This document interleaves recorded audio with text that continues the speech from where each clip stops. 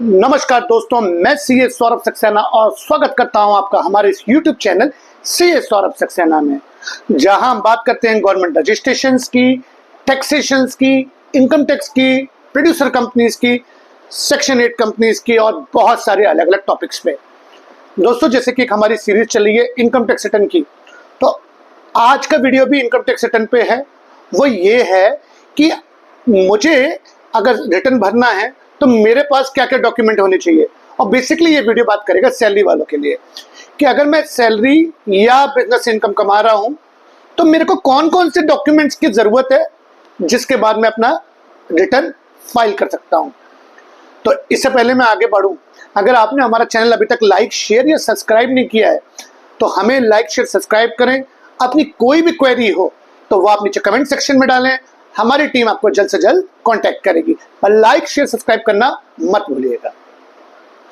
तो दोस्तों, आज का वीडियो बात कर रहा है कि एक आईटीआर फाइल करने के लिए मेरे पास क्या क्या डॉक्यूमेंट होने चाहिए, यानी कि मैं कौन कौन से डॉक्यूमेंट देख के अपना आईटीआर फाइल करूं। तो हम में से काफी सारे लोग ऐसा हो सकता है कि जो प्रोफेशनल से फाइल करा रहे हैं, मुझे लगता है कि वो जो प्रोफेशनल से फाइल करा रहे होंगे तो वो प्रोफेशनल वो सारे डॉक्यूमेंट चेक करके ही आपका रिटर्न फाइल करता होगा।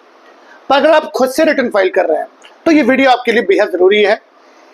हमें रिटर्न फाइल करने से पहले किन किन चीजों की जरूरत है। अगर मेरी इनकम सैलरी से है तो मुझे चाहिए पहले तो फॉर्म 16। फॉर्म 16 ये बताता है कि मेरे को एम्प्लॉयर ने कितना पैसे पे किया, और फॉर्म 16 का भी होता है, वो बताता है कि मुझे अदर सोर्सेज से, यानी कि सैलरी के अलावा कहीं और से कुछ पेमेंट मिला है तो मेरा टीडीएस जो उन्होंने काटा है उसका मुझे बोलता है फॉर्म 16B, यानी कि फॉर्म 16 चाहिए और फॉर्म 16B चाहिए सैलरी के लिए, और नॉन सैलरी पे जो भी टीडीएस कटा है उसका सर्टिफिकेट कहते हैं हम फॉर्म 16। सेकंड डॉक्यूमेंट जिसको देख के मुझे आईटीआर फाइल करना चाहिए वो है मेरा 26AS।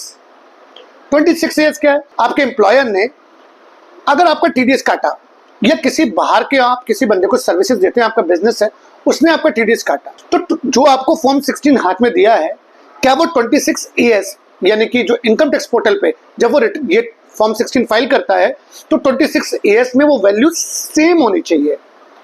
अगर सेम नहीं है तो इसका मतलब है गड़बड़ है, आपके हाथ में जो फॉर्म 16 है वो फैब्रिकेटेड है।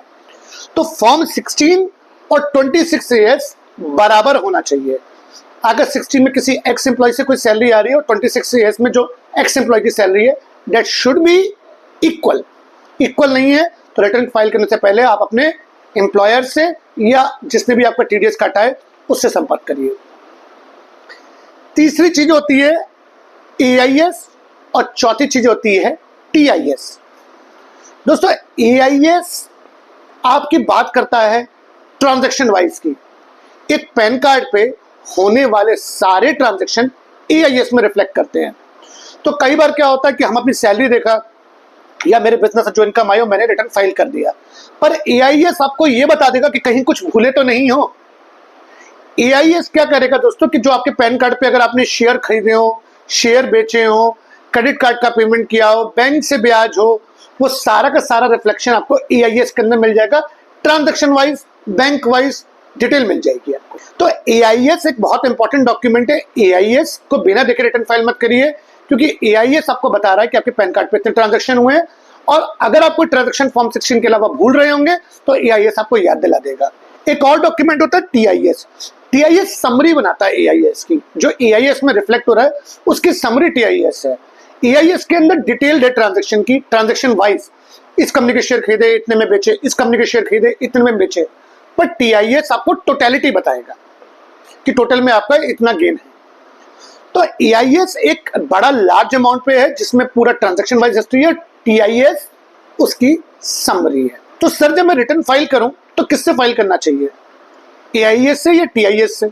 हमें करना चाहिए TIS से, क्योंकि इनकम टैक्स जो डाटा उठाता है या जो चेक करेगा वो TIS के बेसिस पे करेगा। अगर AIS और TIS में कोई फर्क आ रहा है, मतलब आपके AIS में फर्क आ रहा है, आपके हिसाब से बैंक की इनकम, इंटरेस्ट की इनकम कुछ और है पर उधर कुछ और आ रही है, तो आप पहले अपना AIS को ठीक करेंगे फीडबैक के जरिए। जब AIS ठीक हो जाएगा तो स्वतः ही TIS भी ठीक हो जाएगा।